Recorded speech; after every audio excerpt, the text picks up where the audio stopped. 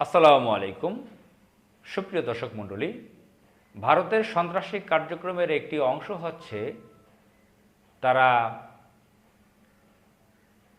তসলিমা নাসরিনের মতন একজন সন্ত্রাসীকে ভারতে আশ্রয় দিয়ে বাংলাদেশের বিরুদ্ধে ব্যবহার করছে। আপনারা দেখেছেন কয়েকদিন আগে সে ভারতের দিল্লিতে সম্ভবত শেখ হাসিনার কাছে থেকে ছিল। সেখান থেকে তাকে কলকাতায় নিয়ে এসছে, পশ্চিমবঙ্গে নিয়ে এসে কোনো একটা অনুষ্ঠানে তাকে অতিথি করেছে। তো ইন্টারেস্টিং ব্যাপার, সেখানে একজন মহিলা প্রশ্ন করেছিলেন, সেই মহিলা মুসলমান না হিন্দু জানি না, তিনি তসলিমা নাসরিনকে দিদি সম্বোধন করে প্রশ্ন করেছিলেন যে দিদি,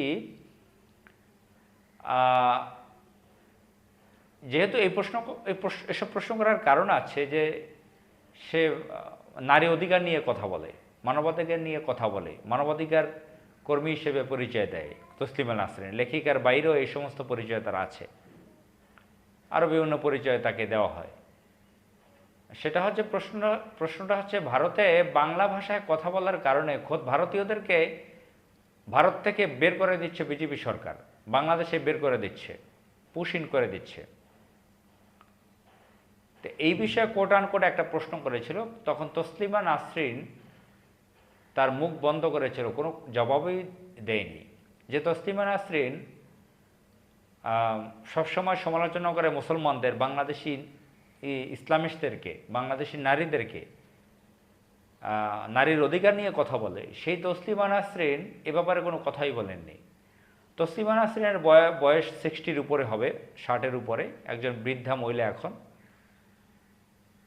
বাংলাদেশে তো তসলিমা নাসরিনের থেকে কয়েক শতগুণ বেশি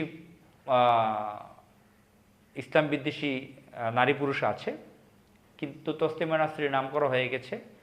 এই তসলিমা নাসরিন 90-এর দশকে, সম্ভবত 92 বা 94-এর দিকে তিনি বাংলাদেশ ছাড়তে বাধ্য হয়। তিনি ইসলাম নিয়ে, আমাদের নবীজিকে নিয়ে বাজে কটাক্ষমূলক কথা বলতো, বাজে লেখালেখি করত। তাকে অনেকে সাহিত্যিক হিসেবে, কবি হিসেবে, লেখিকা হিসেবে পরিচয় দিতে চায়, আসলে সে সেটা না। বাস্তবে তার বইগুলো পড়া, বইগুলোকে সাহিত্য হিসেবে পড়ার মতন কিছু নেই। কাব্য, সেগুলো কি লিখেছে কিনা জানি না কিছু। তার মূল ব্যাপারটা হচ্ছে সে ইসলামের বিরুদ্ধে কটাক্ষ করা, ইসলামের বিরুদ্ধে লেখা, মুসলিমদের বিরুদ্ধে লেখা, উল্টাপাল্টা গালিগালাজ করা, এগুলোকে তারা সাহিত্য হিসেবে তারা ধরে নিচ্ছে। তো এ কারণে তারা, এই তসলিমা নাসরিন ইউরোপেও ছিল কয়েক বছর, ভারত তাকে আশ্রয় দিয়েছে। ভারত মাস্টার প্ল্যান করে, আমরা যেটা জানতে পারলাম বিভিন্নভাবে স্টাডি করে, যে এই তসলিমা নাসরিনকে ভারতীয় সরকার মুসলমানদের বিরুদ্ধে, বাংলাদেশ রাষ্ট্রের বিরুদ্ধে ব্যবহার করার জন্য তাকে সেখানে পিলিপুষে রেখে দিচ্ছে। তসলিমা নাসরিনের প্রথম স্বামী ছিল রুদ্র মোহাম্মদ শহীদুল্লাহ, তার বাড়ি বাগেরহাটের মংলায়, আমাদের জেলায়। তসলিমা নাসরিনের বাড়ি সম্ভবত ময়মনসিংহ অঞ্চলে। তিনি এমবিবিএস পাস ডাক্তার ছিলেন। তো যতটুকু জানি তিনি নাস্তিক হিসেবে পরিচিত। তার পরিবারের সদস্যরা, পিতামাতা সম্ভবত নাস্তিক ছিল না। সে নাস্তিক হিসেবে পরিচয় থেকে সে মূলত সে ইসলাম বিদ্বেষী, মুসলিম বিদ্বেষী।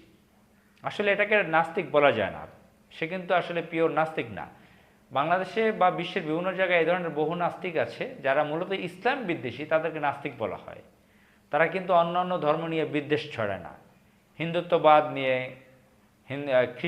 খ্রিস্টবাদ নিয়ে, জায়নিস্টদের নিয়ে, শিখদের নিয়ে তাদের কোনো বিদ্বেষমূলক কথা নেই। তাদের বিদ্বেষমূলক তো দূরের কথা, তারা যে বিভিন্ন অপকর্ম করে, যে সন্ত্রাসী কার্যকলাপ করে ওই সমস্ত ধর্মের লোকেরা, সে বিষয়ে তারা কোনো সমালোচনাই করে না, কোনো প্রতিবাদ করে না।